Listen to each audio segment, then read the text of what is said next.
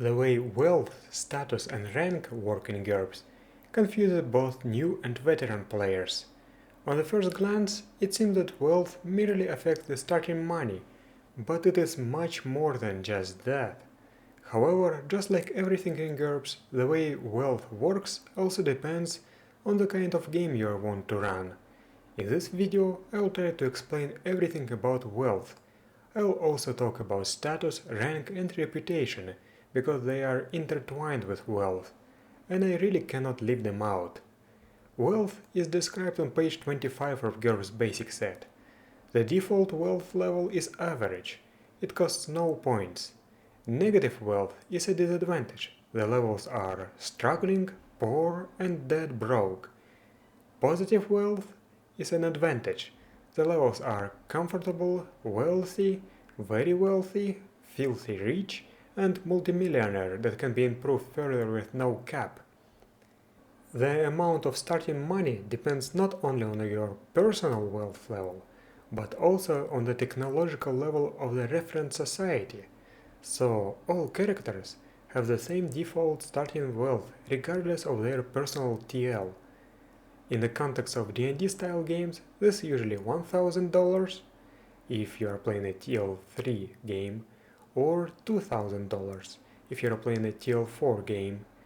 After that, another deviation from D&D comes into view. You don't have to be a homeless adventurer with no property. If you are playing a character that is always on the move and carries everything with him, you can spend all your starting money on gear. This is, for example, how GURPS Dungeon Fantasy works, and it can work in many other cases, especially if you are poor or dead broke. However, if you are playing a normal character with a settled lifestyle, you only have 20% of your starting money for adventuring gear. The remaining 80% of your starting wealth are your home, clothing, etc. Aside from gear, what do you need your wealth for? You need it to pay the monthly cost of living. This concept is explained on page 265 of GURPS basic set. This covers all your typical expenses: food, housing, clothing, entertainment, etc.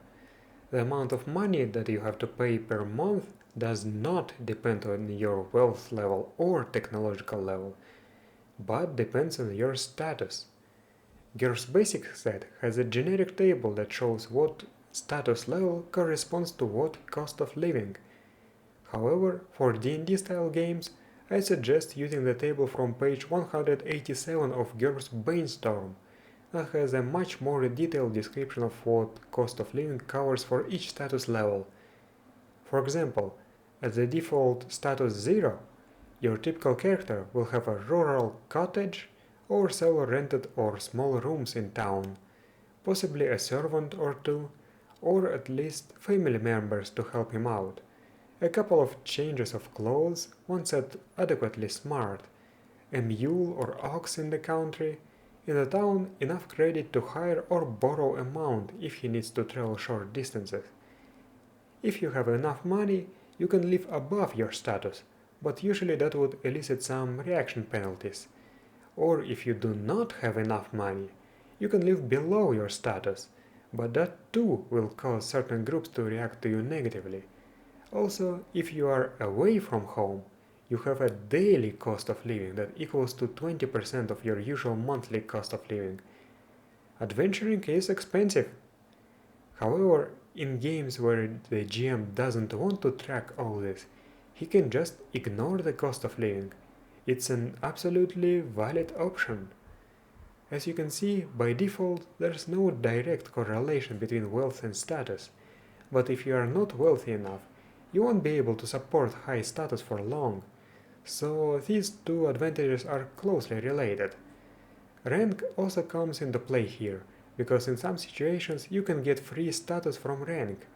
In that case, cost of living is paid for your status before it is adjusted for high rank. So what is status? In GURPS, wealth is a character's economical standing, and status is the character's social standing. In most game worlds, status levels range from -2, that's a serf or a street person, to 8 for a powerful emperor or god king, with the average man being status 0, a free man or an ordinary citizen. Status is either an advantage that costs 5 points per level or a disadvantage that costs minus 5 points per level. It's not the same as your personal or ethnic popularity. Status is your social power. As I said before, you have to pay a lot to maintain high status. In some game worlds, status is closely tied to wealth. If you are wealthy or better, you get +1 status for free. This bonus increases to +2 at Multimillionaire 1 and to +3 at Multimillionaire 2. Generally speaking, the difference in status works as a reaction bonus or penalty. If you have status 3, then those with status 1 will react to you at +2. As always, there are exceptions to every rule, because some people might resent the social class differences and react to you at a penalty instead. If you are dealing with a higher status NPC who is friendly, your own status doesn't matter as long as it is positive. Otherwise, every king would be automatically hostile to all his knights, but a neutral or angry NPC might turn this difference into a penalty. For all these modifiers to be applicable, your status has to be recognized. In low-tech games, not everyone would be able to recognize a noble by his face only, but noble house crests, insignias and garb would do the trick. This way heraldry is an important skill in low-tech games. This also makes status one of the traits that only apply in the reference society of your game, but you still are able to buy status for non-reference societies as an alternative ability to your normal status. Does it all make sense to you? I can see how this can be confusing. Sean Punch has provided some good clarifications on the SJ Games forums, and this advice was later reprinted in How to be a GURPS GM. In GURPS, status equals social standing and wealth equals economic standing, and your complete socio-economic profile, what we could call social class in the real world, comes from the two taken together. Since you can't retain status that you can't pay for, low wealth tends to drag you down.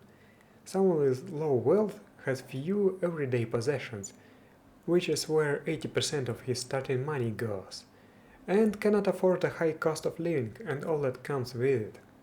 All that comes with it is what the reserved 80% buys incidentally. These considerations are meant to have social implications in the game world. A TL8 person who chooses to be poor starts with $4,000 and not $20,000, and has $3,200 and not $16,000 in assets, which are kept up with the cost of living consistent with that for status -2, meaning a room in a flophouse or shelter or a patch of sidewalk. In short, he is a homeless itinerant or a drifter. And here's the important part.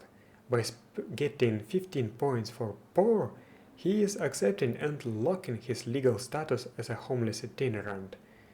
It isn't just money that's affected, but others' perception of him. If a cop catches him flashing gift goods from rich party members, sees him entering a residence provided by said allies, etc., the cop will intervene. Such incidents should provide approximately -15 points of inconvenience. There is also the bit about how much gear you start with, but that's actually a secondary effect of wealth. The primary effects concern your credit rating, social network, relationship with bankers and taxmen, and so on, and the follow-on effects on your social freedoms and mobility. Wealth represents these things first of all. If the GM has no intention of enforcing the ramifications, then low wealth isn't a valid disadvantage, any more than low appearance would be valid in a campaign where all the PCs teleoperate giant battle mechs via FTL radio and never appear in the flesh. Letting rich PCs bankroll poorer ones has little long-term impact on the campaign. It won't help the poorer PCs score better jobs in their downtime, get them into the right social situation for social engineering, or grant them free status. It won't insulate poorer PCs with greed from their demons, and it won't let poorer PCs justify any better return on independent income. It just means better gear, and gear that doesn't cost points has no plot immunity at all. No points means no obligation on the GM's part not to break, confiscate, or steal the gear, or not to have it proved cursed, faulty, radioactive, stolen, etc. Wealth in actual play breaks down like this in my campaigns. Players whose PCs have wealth are welcome to buy gear for less fortunate PCs. Heroes with wealth below that associated with the minimum status level for plot-relevant social events don't receive invitations and get turned away at the door if they show up anyway, unless they can make some tough skill rolls. Heroes receive rewards and honors commensurate with their wealth. The wealthy hero gets gifts befitting a millionaire, the poor one gets a free lunch. Players who dislike this can do three things. Buy enough status that they can be ignored. While cheaper than wealth, level for level, it's a bad investment long term if you lack the wealth to go with, as you'll eventually miss cost of living payments and lose status. Save up money and points, and when they have enough of both, convince me that they have bought their way into the wealthy elite and spend points for wealth and or status. And take high levels of acting, fast talk, savoir-faire, high society, etc. and fake it. Always fun, but a failed skill roll can render the approach more or less a non-starter thereafter without a significant change in venue. It goes without saying, I think, that this assumes the campaign has a significant social element, at least as important as, say, fighting or investigation. If it doesn't, then I would recommend against using status and wealth at all for any PC. I find the last paragraph the most important here. If your game does not have any significant social elements, do not even bother with wealth and status. I mentioned rank before, so let's give it an overview. Rank represents your position in an influential organization. You cannot have a negative rank, so rank is always an advantage. In some cases, rank can give you status for free. In some cases, it replaces status. Unlike status, rank does not require maintenance, but usually requires prerequisites. All this is described in much more detail in GURPS Social Engineering. If you read the rank section in the GURPS basic set, you probably still won't understand what rank does. The mechanical benefits aren't really described there, unfortunately. You just have to estimate the amount of influence, and so on. However, there's an excellent book that fixes this, GURPS Social Engineering Pulling Rank. I highly recommend getting this book if your game revolves around organizations of any kind. With this book, you can use rank as something of a pattern. You can ask the organization for assistance. I think that this book deserves much more recognition than it has now. With status and rank out of the way, I would like to return to wealth. Remember the starting money? You can also trade points for extra money. Each point yields 10% of the campaign's average starting wealth. There is also the signature gear advantage. For each point you get equipment worth up to 50% of campaign's average starting wealth, and this equipment has plot armor. I really dislike this advantage due to my personal distaste for plot protection. Also, why trade points for money when signature gear effectively gives you 5 times as much money and provides plot protection? GURPS Dungeon Fantasy 1 Adventurers suggest improving the exchange rate to 50% per point, just like signature gear. The same book suggests using wealth not only to determine your starting money, but also to determine the percentage of an item's price that the adventurer can get when selling. 0% if dead broke, 10% if poor, 20% if struggling, 40 if average, 60 if comfortable, 80 if wealthy, and 100 if very wealthy. This and Crumb's clarification on wealth and status set in stone that wealth is not just money but also a representation of the character having connections. There is even a forum post that suggests how to separate the two. I will link it in the description. Jason Levine, also known as PK, has proposed his own house rules about wealth, money and signature gear. I really like these rules and I will link it in the description. Basically, this allows for a better way to convert points into extra starting money. Honestly, if I am going to run a game that does not have many social elements, I will just remove wealth and use this system to determine the starting wealth. I think that would be perfect. Pyramid 344 also has another wealth variant, abstract wealth. When using this variant system, wealth becomes an attribute. This is very similar to how money works in D20 Modern, but I think that it works much better in high-tech and ultra-tech games. I would also like to talk about another social component of a character, reputation. It is possible to be well known, which can be an advantage or a disadvantage. Reputation is one of the cheaper traits, and it can be a nice way to give your character more flavor. Reputation is also a very good in-game reward or punishment.